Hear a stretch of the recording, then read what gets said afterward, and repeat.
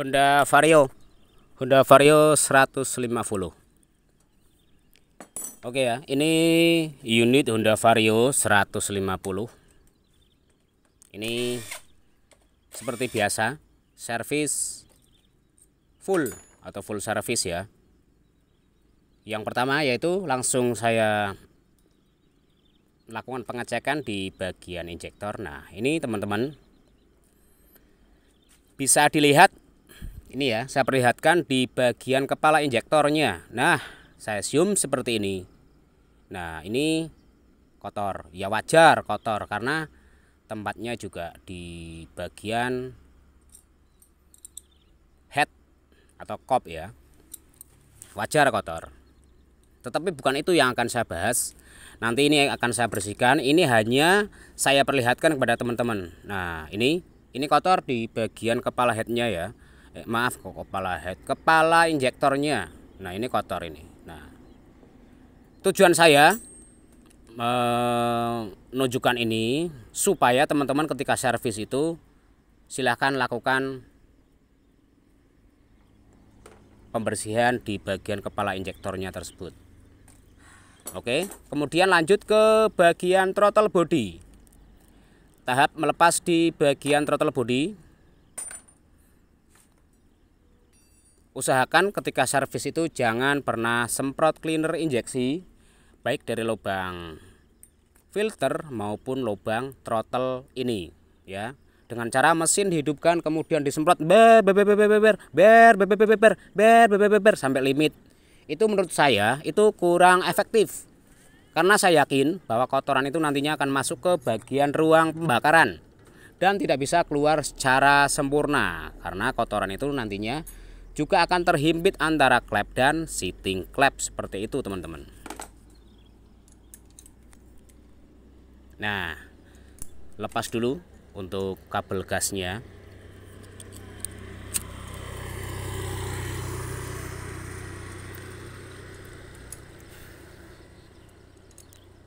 Intinya lakukan secara step by step. Dalam arti harus telaten ketika kita mengerjakan unit, apalagi sepeda motor injeksi ya. Itu rawan ketika kompresi mengalami kebocoran, kemudian kotor di bagian throttle body ini, itu sangat rawan sekali karena bekerjanya berdasarkan sensor-sensor yang bentar saya fokuskan dulu untuk throttle bodinya ini supaya kelihatan dengan jelas.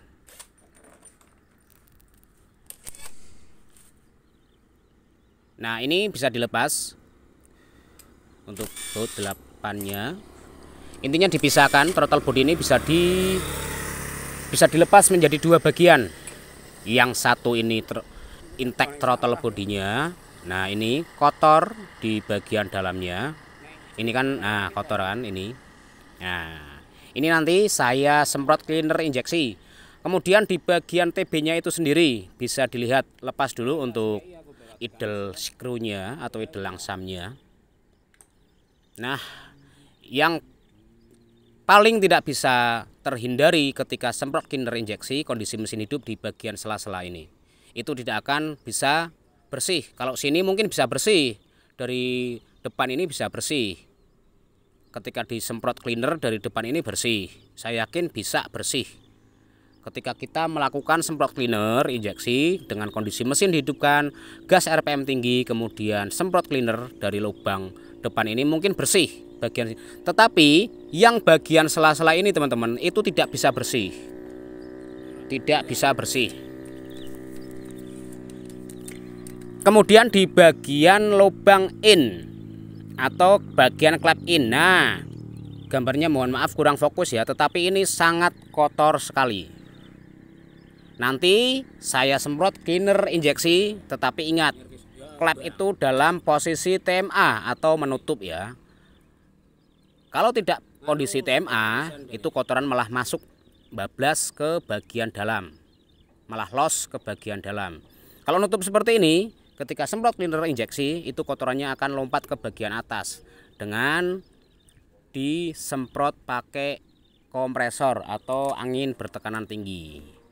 Mungkin seperti itu teman-teman, teori dasarnya seperti itu. Nah lanjut, ini ke tahap membersihkan di bagian intake throttle body dengan cara saya semprot seperti ini menggunakan cleaner. Nah bisa dilihat itu kotorannya teman-teman, bisa dilihat itu kotorannya ya. Semoga teman-teman yang biasa semprot cleaner dengan kondisi mesin hidup, saya doakan mudah-mudahan teman-teman mau melakukan secara manual seperti ini biar hasilnya itu awet. Kalau bersih, semua komponen bersih, throttle body bersih, kemudian box filter bersih, CVT bersih, saya yakin motor itu akan awet. Tetapi jangan lupa berikan masukan dan pemahaman konsumen, harus wajib ganti oli. Nanti ketika servis ini, Pak saya garansi 3 bulan, tanpa dikasih penjelasan Pak, tetapi olinya harus rutin dicek, rutin diganti, nanti garansi 3 bulan, olinya pun ikut 3 bulan. Ya salah kita. Yang saya garansi itu hanya pada pengerjaan itu. Misalkan membersihkan throttle body, ketika 1 bulan atau 2 bulan trouble tetap saya tangani free. Ya, ketika ada penggantian part, yang lain mengalami trouble kerusakan, misalkan sensor TPS dan sebagainya, ya beda lagi urusannya seperti itu. Oke, lanjut membersihkan di bagian throttle bodinya ya, langsung saja supaya durasinya tidak terlalu supaya durasinya tidak terlalu panjang. Kemudian tahap kedua, membersihkan di bagian throttle body. Jangan lupa ini ada karet atau seal itu dilepas ya. Nah ini dilepas. Untuk sensor tidak usah dilepas, tidak apa-apa. Ketika nanti dibersihkan pakai cairan langsung dikompresor ya, langsung dikompresor. Silahkan bagi teman-teman yang tidak setuju bisa berikan komentar. Intinya lakukan secara hati-hati. Ketika sensor itu misalkan terkena cairan ya langsung dikompresor seperti itu ya. Ini tahapan berikutnya.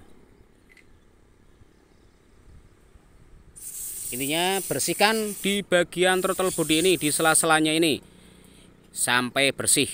Nanti akan mendapatkan hasil performa yang istimewa atau yang sangat baik, bagus. Kemudian lanjut untuk tahap penyemprotan memakai kompresor. Ketika tidak punya kompresor bagaimana? Ya boleh dilap pakai tisu atau pakai kain, kemudian dikeringkan ya, ditiriskan lah, istilahnya seperti itu. Oke, untuk manifold sudah, kemudian throttle body itu sendiri juga sudah. Kita selanjutnya ke bagian lubang in, nanti ke bagian lubang in atau bagian lubang klep in. Oke ya, next lanjut teman-teman. Lanjut ke bagian klep in. Nah ini diamati dulu itu klep bener-bener dalam kondisi TMA, kemudian semprot pakai cleaner injeksi seperti ini. Nah kotorannya langsung terangkat ke atas karena cleaner ini juga memiliki tekanan ya, angin. Nah itu setelah itu kompresor langsung seperti ini teman-teman, dilakukan secara berulang-ulang sampai warnanya itu berubah menjadi bersih atau putih di bagian metalnya itu atau krenyesnya itu, perengkesnya atau apalah. Intinya membersihkan di bagian lubang ini. Intinya bersihkan yang awal mulanya warnanya hitam, dibersihkan sampai bersih putih seperti ini. Nah ini kurang, saya semprot lagi. Nah masih hitam, ini parah ini. Semprot lagi sampai benar-benar menghasilkan warna yang kita inginkan atau benar-benar bersih lah, tidak ada kotoran yang menempel atau residu seperti itu. Habis cleaner berapa mas? Total keseluruhan ya 2 botol lah, 2 botol cleaner injeksi cukup, sisa ya paling sedikit. Harganya ya 1 kaleng 25.000. Oke, sekarang finishing di bagian throttle body itu sudah selesai. Di bagian kepala injektor juga sudah saya bersihkan ya, sudah saya bersihkan. Di bagian CVT mohon maaf, langsung saya skip saja biar durasinya tidak terlalu panjang. Untuk bagian CVT sudah ada di video-video sebelumnya teman-teman. Ada di video-video sebelumnya cara saya membersihkan bagian box filter kemudian CVT, ada di video-video saya sebelumnya. Intinya ini servis injeksi. Nah, ini langsung saja. Nah, ini loh teman-teman, bersih kan di bagian filternya itu, karena sudah saya cuci pakai sabun, tentunya juga pakai air. Kalau pengalaman saya pakai BBM itu tidak bersih secara maksimal, justru malah rusak di bagian karet sealnya itu loh. Karet sealnya itu rusak ya, nanti debunya juga masuk gitu. Ketika sudah selesai ya tinggal rakit lagi, tinggal dirakit, semprot dulu. Nah, bersih secara maksimal. Ketika bersih semua bagian filter, box filter dan bagian CVT itu saya skip sengaja ya, biar durasinya itu tidak terlalu lama. Ketika saya mengerjakan seperti ini dan saya yakin dengan pekerjaan saya, disitulah saya berani memberikan sebuah garansi selama kurang lebih 3 bulan. Ketika dipakai konsumen kok 1 bulan atau 2 bulan trouble lagi, misalkan kayak semacam berebut atau ada gredek-gredek dan lain sebagainya, tetap saya tangani secara free. Tetapi ketika ada penggantian bagian V-bel atau kampas ganda ya beda lagi. Tetapi sebelum itu bagian V-bel juga sudah saya cek, bagian roller juga sudah saya cek, kampas ganda juga saya cek untuk kelayakan dan umur pemakaian seperti itu. Jadi saya tidak serta-merta memberikan garansi itu asal-asalan. Intinya saya amati dulu untuk komponen dan spare partnya kuat untuk beberapa bulan ke depan seperti itu. Oke ya, mungkin itu yang bisa saya sampaikan atau saya gambarkan ketika menyervis unit sepeda motor baik matic maupun non matic yang sistem injeksi maupun non injeksi lah. Intinya tetap jaga kebersihan, lakukan dengan teliti, hati-hati, dengan telaten, dan selalu bersihkan komponen-komponennya. Oke ya, mungkin itu. Terima kasih. Langsung ke bagian test drive-nya nanti. Langsung tahap ke test drive-nya saja. Oke.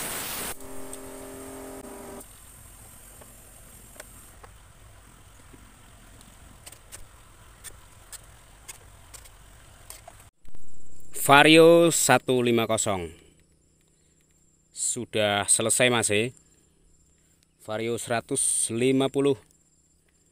yang memiliki problem yang pertama, air radiator habis total. Tetapi masih untung motor ini tidak nge-gym ya. Dibuat perjalanan Purwodadi sini Gringsing masih aman, tidak nge-gym. Nah, ini untuk penanganan sudah selesai Pak. Ini tinggal rakit bodi, ini masih tahap test drive. Ini masih tahap test drive. Ini juga sudah saya servis full total semua. Nah, untuk memudahkan. Nah, untuk throttle body sudah saya bersihkan, bagian dalamnya throttle body sudah saya bersihkan. Bagian box filter juga sudah saya cuci, kemudian bagian intake in juga sudah saya semprot pakai cleaner tanpa mesin hidupkan. Tetapi jangan lupa ketika menyemprot lubang in itu klep dalam posisi TMA atau menutup ya. TMA itu top mati atas. Nah, seperti itu. Jadi ketika menyemprot itu kotornya tidak masuk ke bagian seher. Ketika klep tertutup disemprot itu nanti terangkat, kotorannya itu keluar. Tetapi juga dibarengi dengan kompresor atau disemprot pakai angin ya, dengan tekanan tinggi. Ini untuk varionya. Yang mengalami kendala itu di bagian pipa selangnya Pak. Ini Pak, ini punya jenengan sudah. Nah, ini Pak, punya jenengan itu patah Pak, bagian ujungnya yang masuk ke sini itu patah. Jadi air radiator itu selalu habis lewat sela-sela sini Pak. Jadi ini sudah saya tangani. Seal water pump atau mechanical juga sudah saya ganti, yang baru tentunya original A1.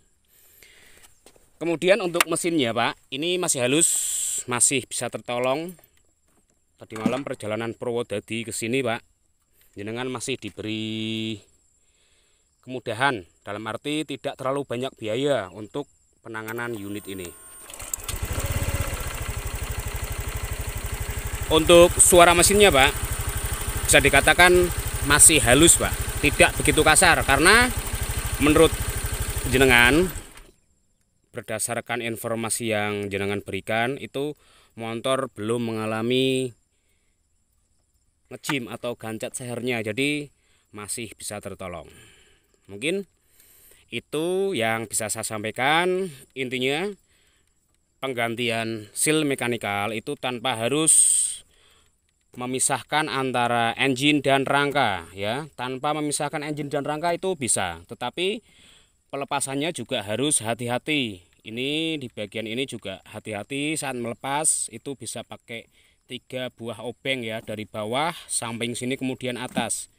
Ketika pemasangan itu jangan lupa magnet dalam posisi top, kemudian di water pump ini itu juga ada tanda top. Jadi tinggal PNP, tinggal ini dorongnya juga pakai perasaan, tidak boleh pakai kekerasan ya. Intinya kalau sudah berpengalaman pasti bisa. Yang pemula ya saya sarankan untuk dibimbing oleh teknisi yang sudah ahli atau berpengalaman seperti itu. Jadi ketika mengganti seal mekanikal Vario 125 atau 150 itu tanpa memisahkan dari rangka juga bisa. Tetapi ketika melepas bagian ini, kipas water pumpnya, atau di sini kan ada tempat seal mekanikal, kemudian kipasnya itu ini dilepas ke bagian sisi sebelah kanan. Kemudian kan di nokon as itu juga ada tempat semacam kayak pen, tujuannya untuk memutar bagian kipas seperti itu. Jadi tidak asal pasang seperti itu. Untuk varionya, ini sudah selesai Pak. Untuk mesinnya alhamdulillah masih halus. Kemudian untuk bagian CVT Pak, juga sudah saya bersihkan secara total. Bagian box filter juga sudah saya bersihkan secara total, secara menyeluruh. Dan ini untuk Vario 150 ini saya garansi selama 3 bulan. Servis ini saya garansi selama 3 bulan. Terhitung mulai Januari, sekarang tanggal 15. Terhitung mulai Januari tanggal 15 saya garansi selama 3 bulan. Tetapi ketika ada kerusakan lain, misalkan di bagian busi ya, saya tidak garansi. Misalkan businya kok mati ya, saya tidak garansi. Kemudian bagian selang ini kok pecah ya, saya tidak garansi. Tetapi ketika itu tidak dibawa ke bengkel lain, dalam arti selama saya kasih garansi, motor ini tidak perlu masuk ke bengkel lain. Misalkan trouble ya silahkan jenengan konfirmasi saya dulu untuk troublenya seperti apa, nanti saya arahkan panjenengan untuk masuk ke bengkel. Misalkan suatu saat kok ada trouble, tetapi selama 3 bulan tidak ada trouble ya tidak perlu masuk bengkel. Yang penting oli cek rutin, penggantian secara rutin. Ketika biasa dipakai luar kota ya 2 minggu sekali cek lah.